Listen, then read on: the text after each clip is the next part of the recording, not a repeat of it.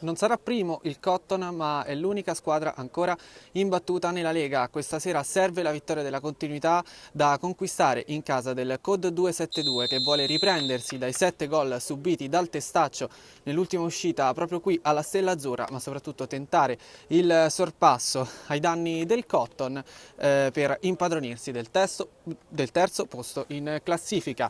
Buonasera dal circolo Stella Azzurra, 12ª giornata della Serie A della Lega Calcio a 8, benvenuti a COD 272 Cotton Club.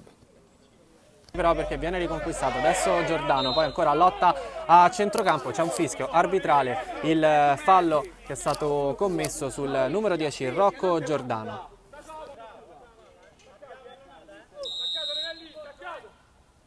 Vannolano con il destro, arriva la parata di Tomarelli. Controllare questo pallone, attenzione perché la palla arriva in area di rigore, alla fine riesce a andare in rete il principe Davide Lefebvre, è 1-0 del Cotton Club. Rimessa che viene riconquistata dal COD, attenzione al rischio che si prende la rosa, poi Giordano si muove ai limiti dell'area, deve arrivare il cross, il duello con i numeri 10, va Giordano e proprio all'ultimo non arriva il tap-in vincente dal Cotton, vicinissimo al 2-0. Lo schema il Cotton Club, attenzione però perché perde palla Conti, non subisce fallo e allora c'è il contropiede e poi alla fine va a distendersi Santarelli, parata decisiva dell'estremo difensore del Cotton che lascia i suoi in vantaggio. Arriva intanto il calcio d'angolo spazzato via dal Cotton, Chirico prova a rimettere la palla dentro, ancora Chirico prova il tiro e ancora Santarelli va a negare il gol al numero 3 del COD 272. Poi ci riprova ancora il COD passando da Chirico per Cilfone, Cilfone attenzione al pressing di Lefebvre, Lefebvre prova il tiro!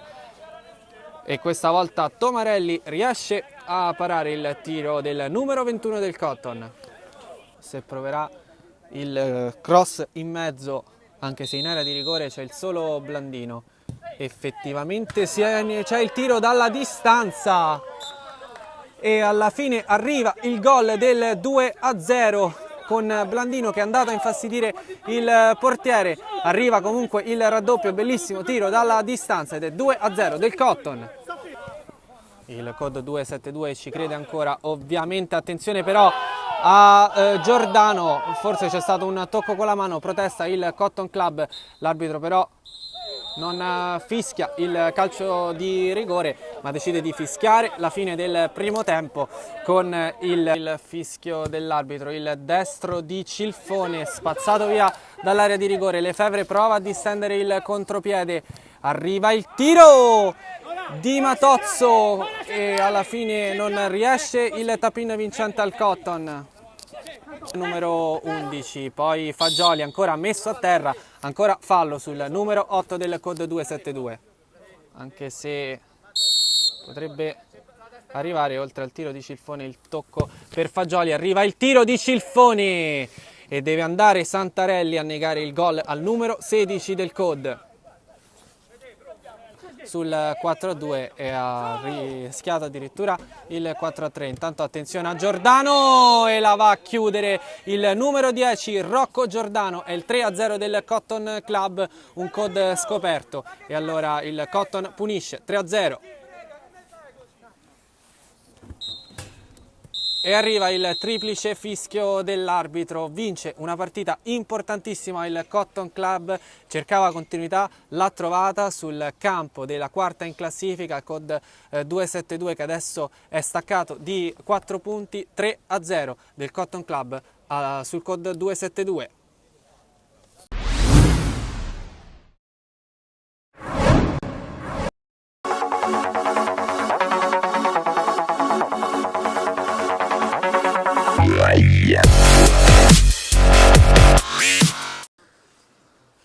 Nessuno a inizio campionato avrebbe mai immaginato che Cottini e Football 8 si sarebbero contese la possibilità di riemergere dal fondo della classifica.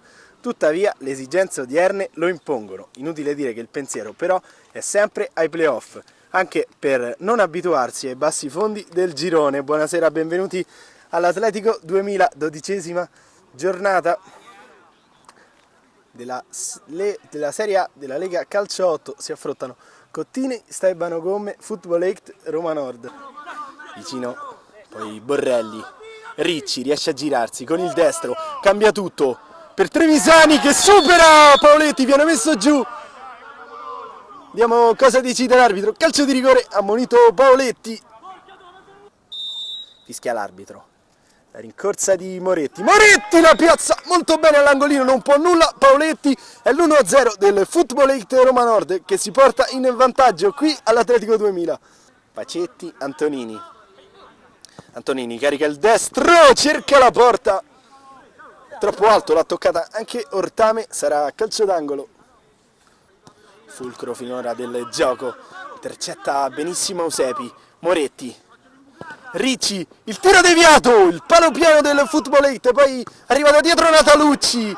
Proprio il numero 13, viene incontro il numero 7, decide di andare invece su Natalucci. Eusepi, bellissimo il pallone per Ricci, c'è Paoletti a fermarlo. Il fischio dell'arbitro Antonini, la rincorsa, il tiro. La palla che sfiora la traversa ma non inquadra lo specchio. Preme il Cottini per cercare il pareggio. Bonfiglio con il sinistro, il pallone passa. Non è riuscito a correggerlo in rete Pacetti. Buona comunque l'occasione creata dal Cottini. Il pallone che arriva per Antonini. Di prima ci prova Vasselli, tutto intercettato. Bellissima la palla di Eusepi, giocata per Moretti. Di ritorno proprio per il numero 10 che di prima intenzione trova l'angolino lontano. Bellissima qui la sintonia tra Moretti e Eusepi, è il 2-0 del Football 8 Roma Nord. Giocare un po' da solo lì davanti. Ricci, Eusepi, autore del 2-0, cerca la porta. Paoletti si deve superare e distendersi sul palo destro e mettere in calcio d'angolo. Pompei a battere Trevisani. Arriva però Moretti, la schiaccia bene ancora Paoletti. Mostruoso in due parate, una meglio dell'altra. Trevisani. Eusepi. Bellissimo il cross, il colpo di testa di Moretti che sfiora il palo. Piani lì, che gliela toglie molto bene. Poi Rustic. Di Vittorio. Col sinistro, la strozza un po' troppo. Ortame sembrava essere sul pallone quando arriva anche il duplice fischio dell'arbitro. Finisce 2-0 questo primo tempo. Meglio il Football 8 Roma Nord. Serve una strigliata magari da parte di mister Filoso per il Cottini. Urbani. Con il sinistro verso la porta, Sibila vicino al palo, non avrebbe potuto nulla, Ortame vicina al 2-1 il Cottini. Trevisani riesce comunque a servire Pascucci, all'indietro per Urbani che cerca ancora il tiro, Ortame la tocca quel che basta per mandarla in calcio d'angolo. Viene fermato molto bene dalla retroguardia del Football 8, poi Moretti si gira. Scambia con Eusepi, continua l'intesa tra i due. Ancora Ricci dentro per Moretti. All'indietro per Eusepi! Deve solo piazzarla, non trova lo specchio però. Bonfiglio, cross dentro, un colpo di testa di Urbani! Vicinissimo al gol il numero 88. Borrelli di prima intenzione, cerca Trevisani che arriva benissimo sul secondo palo e la mette in rete a 3 minuti dalla fine. Sembra essere finita adesso per il Cottini. Staibano Gomme, 3-0 per il Football 8. Rustic, arriva il triplice fischio dell'arbitro, ennesima battuta d'arresto per il Cottini. Vittoria pesantissima per il Football 8 Roma Nord che si porta a quota 13 punti e si stacca di 3 dal Cottini.